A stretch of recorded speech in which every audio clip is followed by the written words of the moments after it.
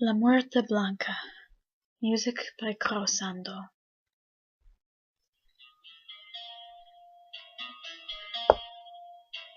I am currently sitting in front of my computer, scared witless. Any moment now, I'm going to be killed. Today a friend of mine told a story. His aunt had taken care of him since he was a small boy. She told him last night about how his parents died. He did a very fair imitation of her. I knew them both pretty well. They were doing mission work in some little, nasty South American country where a man burst into the mission hospital one night, terrified out of his mind. He told them my sister had been killed by a Muerta Blanca, and that he was certain it was coming for him next.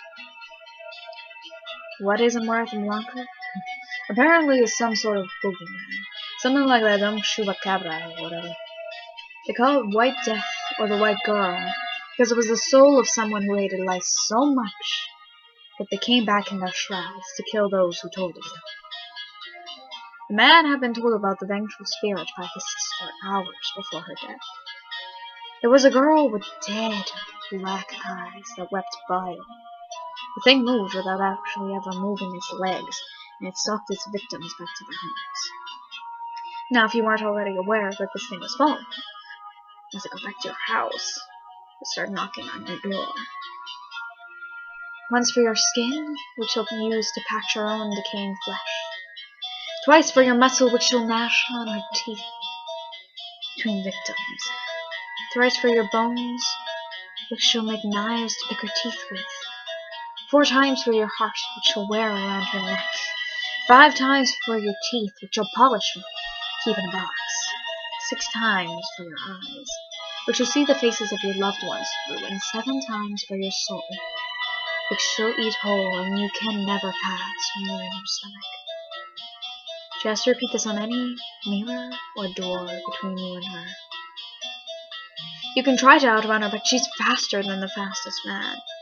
If you leave her home while she's knocking on your door, she won't be so curious when she catches up to you.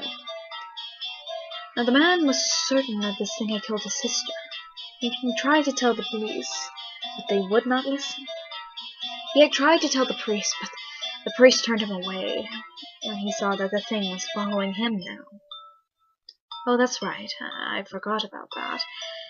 It can only take you if you tell someone else about it, or if you saw it kill someone else.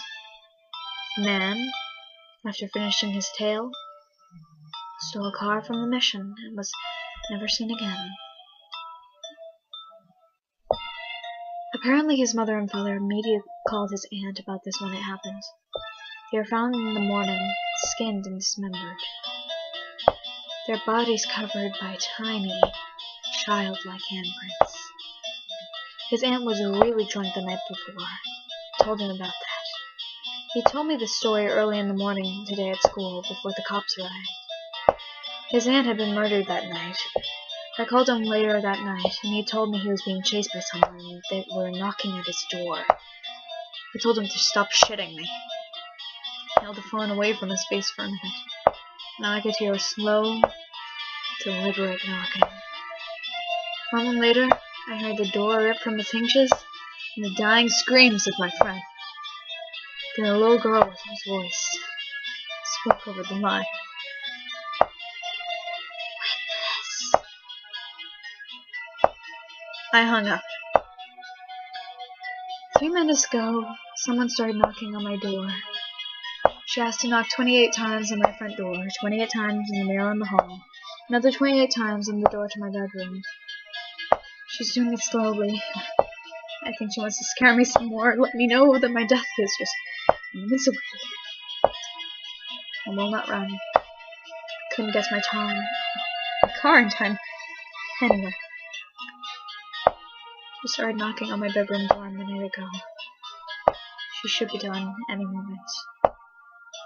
Nice knowing you guys. It's been 45.